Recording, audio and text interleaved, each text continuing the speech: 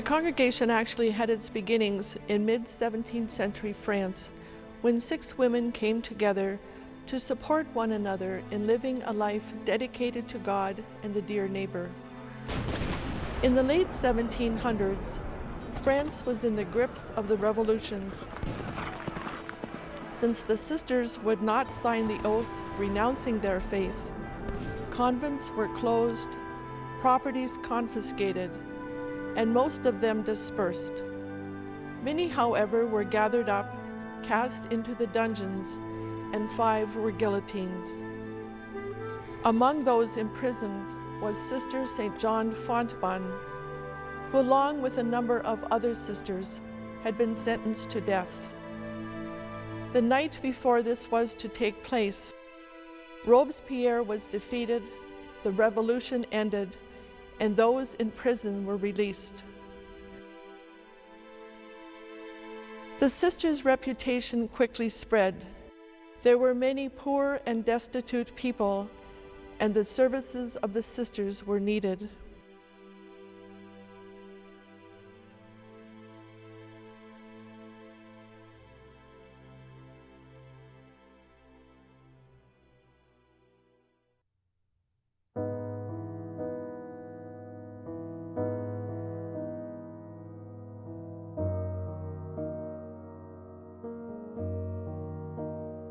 I never thought about being a sister.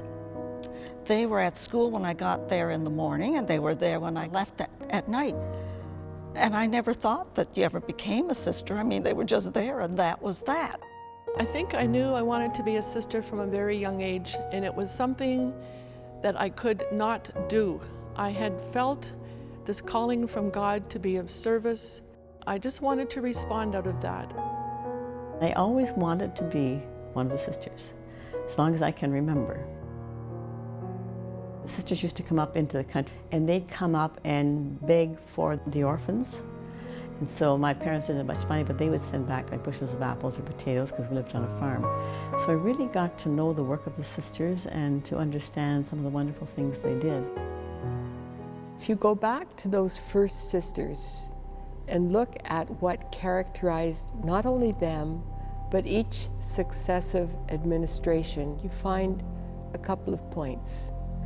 You find people of great courage, people of great vision, and people who were not afraid to look at the times in which they live and say, what is it that we need to do? Women in general in our society were not in leadership roles, and here are these women who single-handedly built one of the largest healthcare organizations in Ontario. After the fall of Robespierre and the French Revolution, when the congregation came back together, there was a new set of needs. And when they came to Hamilton, there was a new set of needs. An epidemic, typhus and cholera.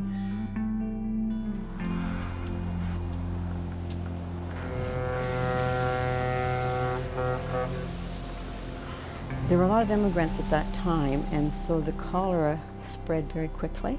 And nobody really wanted to have anything to do with them.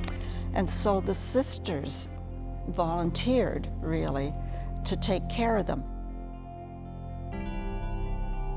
And so you can see today the sheds where the people were condemned to stay until they were better or until they died. And you have to remember, in those days, there was no public health system, there were no public hospitals, that it was religious orders and orders who cared for people out of volunteerism, not a state-organized healthcare system.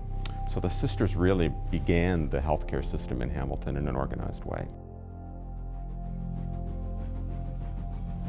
In 1861, Mother Martha and 2 of her companions made a 2.5-hour train journey to Guelph with precisely 50 cents in their pockets.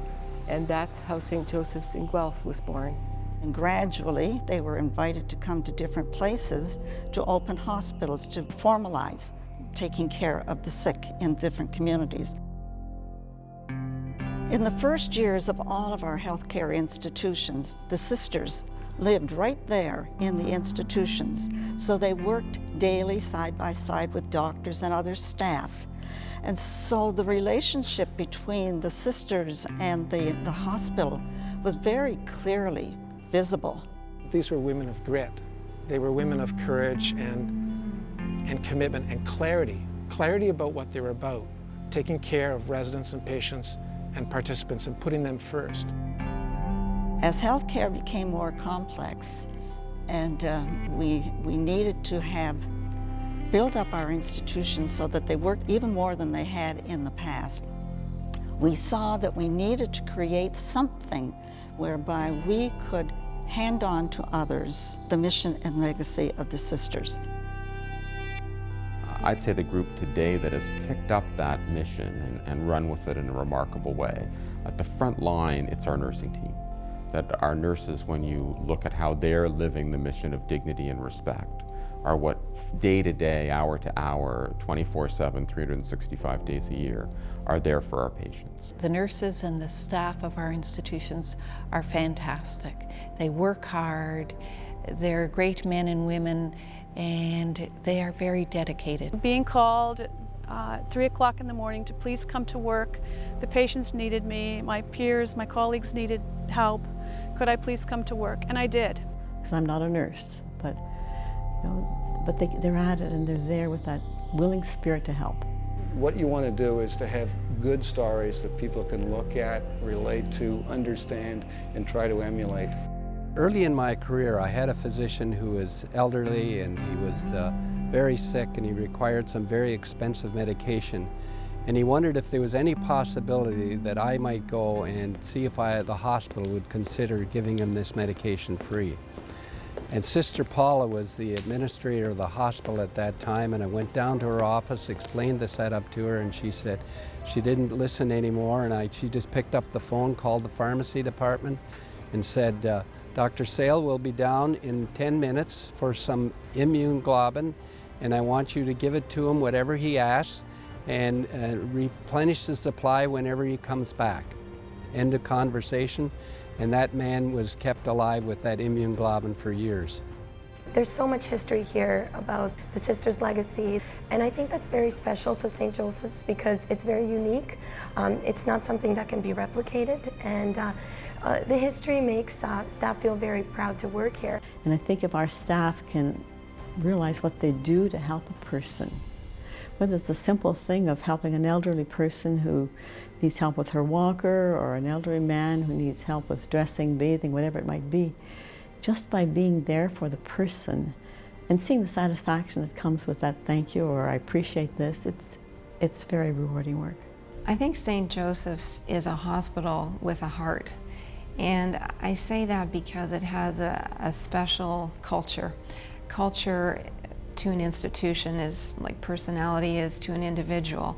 And when I think about the way in which people work together here to minister multidisciplinary, holistic care, and the way we work as a team, the culture of St. Joseph's Healthcare really shines through. Just care for the residents. Do your ultimate best. Not only doing your work, but doing it with compassion and love. There's a very caring staff here, and I think that it's reflected in the quality of the care they give. Well, the frontline people, like nursing staff and all the other staff, they show kindness to the residents and dignity, and they try and give them the free to live philosophy, and they just carry on the way the sisters were doing for such a long time here. You're called to love and respect each person that we meet in our daily encounters, and to preserve that respect to each and every person. Thanks to the villa, I'm on my feet. And so with my experience, I'm giving others the benefit that I received. So it's my turn now to pay back the villa, and I'm doing it. It doesn't matter what classification or what category you're working in, that everybody sits together, works together. It's all one big family. I think we're all filled with tremendous pride when we go through the hallways at each one of our sites and see the incredible amount of improvements that the foundations have brought to life. Whether it's the resurrection of an entirely new building, a capital project, the purchase of much-needed medical equipment, the funding of research and academics, or programs and services to help enhance those whom we're privileged to serve, the Foundation plays an integral role in all of that, and we couldn't do it without the spirit and the compassion of the Sisters of St. Joseph, guiding us and guiding each community that we serve.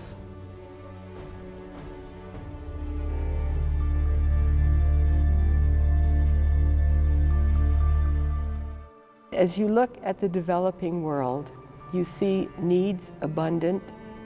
You see currently the crises in Darfur, the Middle East, Iraq, Iran. Effort in Haiti is phenomenal in that it's a country that has great potential and that has great spiritual values, but who has had the misfortune of being mistreated socially and politically. A 22-year-old lady who had just giving birth to a child by cesarean section and was dead on the table. And we discovered there wasn't lack of oxygen. So what we did, we came back here with this and made it a project and donated to that place a system that could manufacture oxygen on site. From that moment on, we know that we have reduced the mortality rate from 30% to 10%. And that's remarkable, and this is evolving. People are exquisitely grateful for what you bring in equipment, but they're most grateful for the fact that you bring yourself and your care and your interest. And that takes us back to our mission, because that's what we're all about. We're about preaching the Word of God in service to others.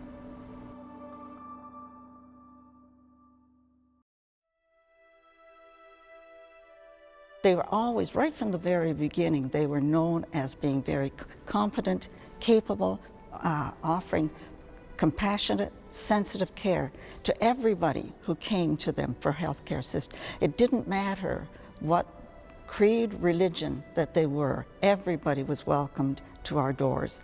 And that is part of our legacy that we want to be able to continue. And the vision that we have received through the congregation is a gift as well as a challenge. Working in healthcare, really working in any large organization today is not easy. It is full of challenges. But I think also to understand that with the challenge come the blessing and the graces to be able to do what is asked.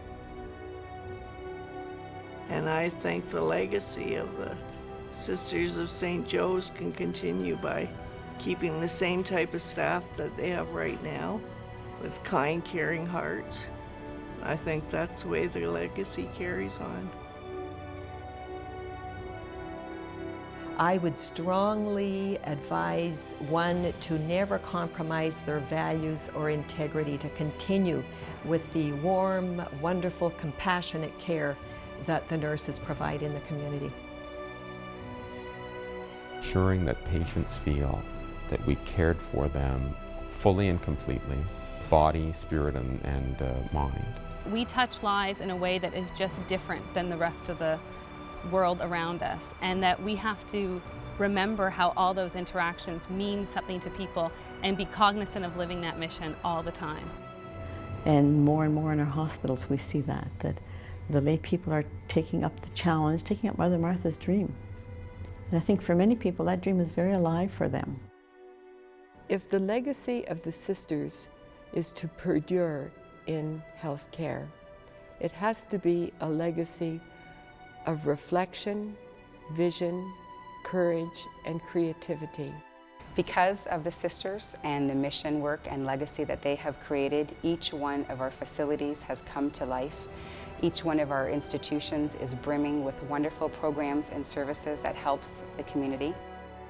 On behalf of all of the patients, the staff, and the volunteers, we owe a tremendous amount of thanks to each and every one of the Sisters of St. Joseph for believing in us and for allowing us and giving us the privilege to continue their mission in all that we do, not only for our generation, but for future generations to come.